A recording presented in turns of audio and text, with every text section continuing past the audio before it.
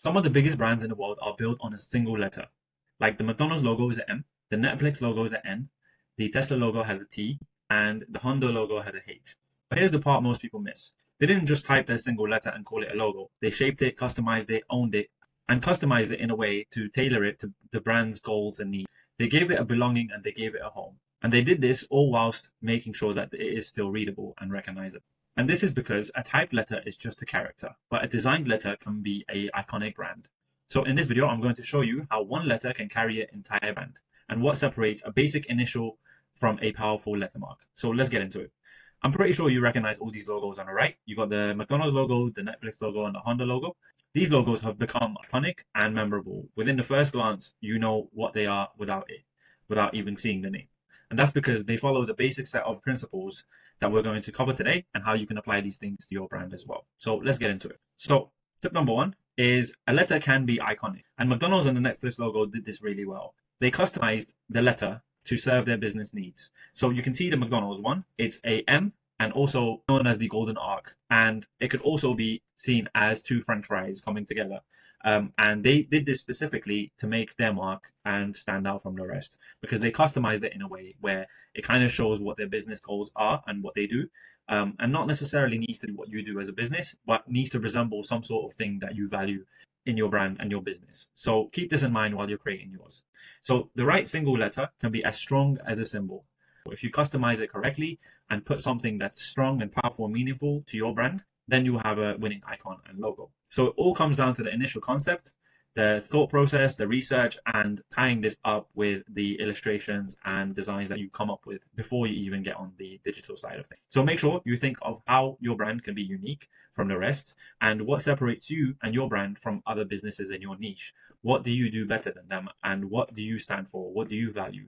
And try and resemble this within your logo and the letter that you want to have as a first letter of your brand. So tip number two is to shape it and don't type it. You can see on the right, you have the Tesla and the Honda logo. And on the Tesla logo, you actually have a T that they isolated on its own.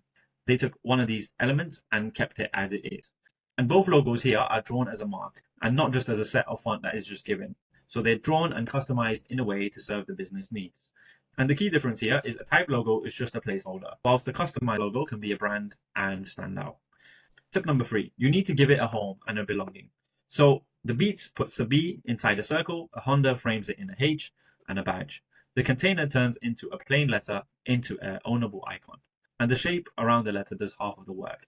Framing it in such gives you a few advantages. You can see on the right, you have the Beats logo, and having a solid shape allows you to have a negative space in the middle of it. And this cut out and engraved B does two jobs. One is the first letter of the brand, Beats headphone, and secondly, it's also the circle acts like a head of a human, and the B can act like the headphone. This double meaning makes the logo a lot more memorable and will stand out from the rest because you look twice and you see something interesting and you're more likely to remember them as a brand. And they didn't just type out the B, they customized it in a way where it serves multiple purposes. And same thing with the Honda logo. They've customized it in a way that it looks unique. And as soon as you see this Honda logo, you know right away who it belongs to.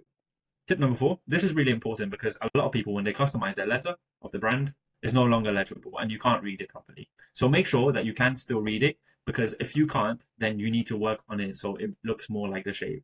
What you want to do is make it seem effortless so that it doesn't seem like you're forcing. That's how you build a solid logo. You don't want to force the shape to do something it's not supposed to do. It's supposed to be really effortless and little touch.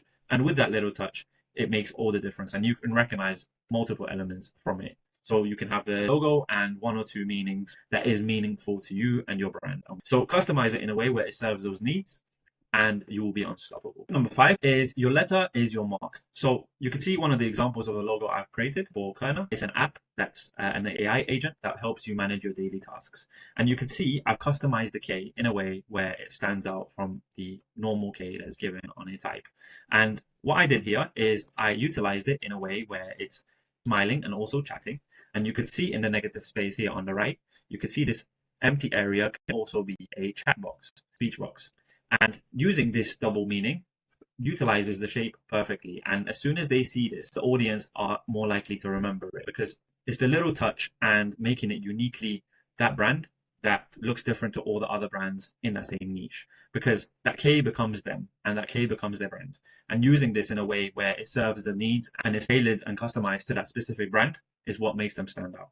So keep this in mind when you're trying to design your logo, is how can you implement something that unique to your brand that will stand out from the rest and will make it uniquely yours. It's good to have just a cool font, but when you customize it to become yours and do something that serves the business needs, then this is what separates you from the rest. And this is what you can actually have as something that becomes uniquely yours. So start with your initial first and make it yours. And if you want a brand that stands out from the rest, click the first link in the description to book a 30-minute free consultation call with myself, and I'll be happy to help you in any way I can. Don't forget to like, comment, subscribe, and I'll see you on the next one. Thank you so much.